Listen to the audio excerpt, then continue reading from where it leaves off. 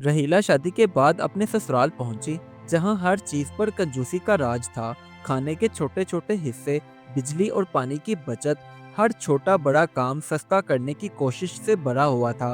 रहीला ने सब्र, अक्ल और मोहब्बत से घर का माहौल को बदलने की कोशिश की।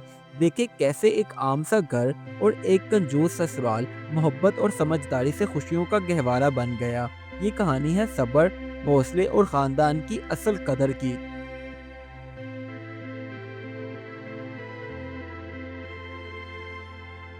रहीला शादी के बाद अपने ससुराल पहुंची तो घर के माहौल में खामोशी और थोड़ी सी सख्ती नजर आ रही थी। कमरे छोटे, फर्नीचर पुराने और हर चीज पर कंजूसी छपी हुई थी।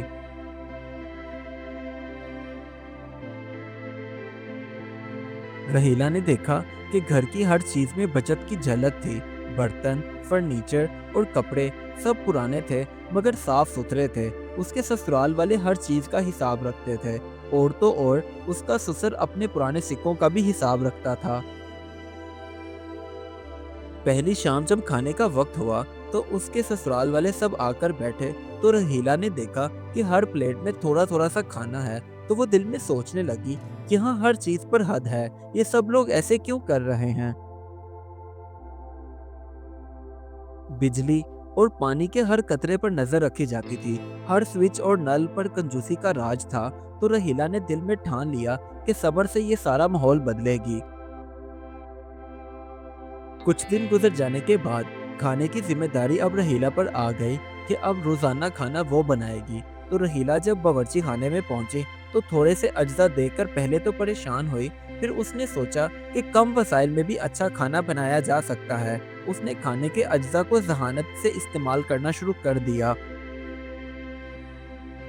जब रहीला के ससुराल वालों ने उसका बनाया हुआ खाना चखा तो हैरत ज़दा हो गए। जायका और खुशबू ने सबको मुस्कुरा दिया और कंजूसी की फिजा में नर्म गोशा पैदा हो गया।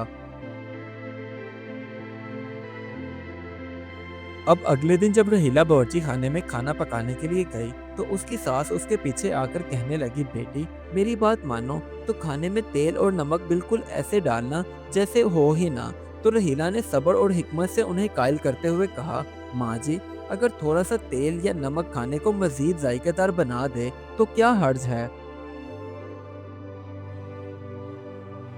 अब रहीला ने अपने तमाम ससुराल वालों को बुलाया और उनसे कहने लगी कि कम वसाइल में भी बेहतरीन खाना बनाया जा सकता है। इसलिए जब भी खाना बनाने लगो तो उसके अज्जा को अपनी जहानत का इस्तेमाल करते हुए इस्तेमाल करो, ताकि खाना अच्छे से भी अच्छा बन सके।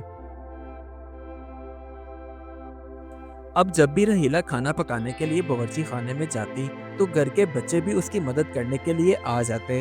हंसी और खेल के साथ कंजूसी की सख्त फिजा में खुशियों के लम्हे पैदा हो रहे थे।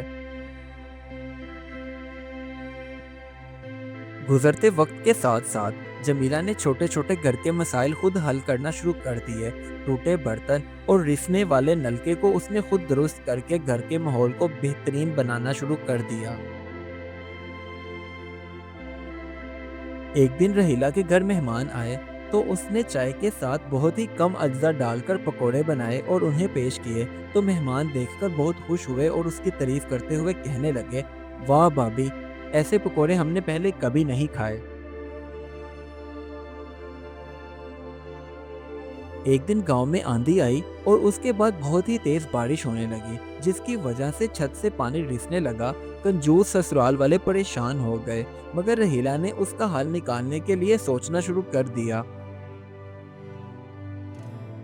अब अगले दिन सुबह होते ही रहीला ने मिट्टी का घोल बनाया और उसमें कुछ भूसा भी डाला और उसे लेकर घर की छत के ऊपर गई और वहां जाकर छत की मरम्मत करने लगी, ताकि जब अगली बार बारिश हो तो उसका पानी घर के अंदर दाखिल ना हो सके।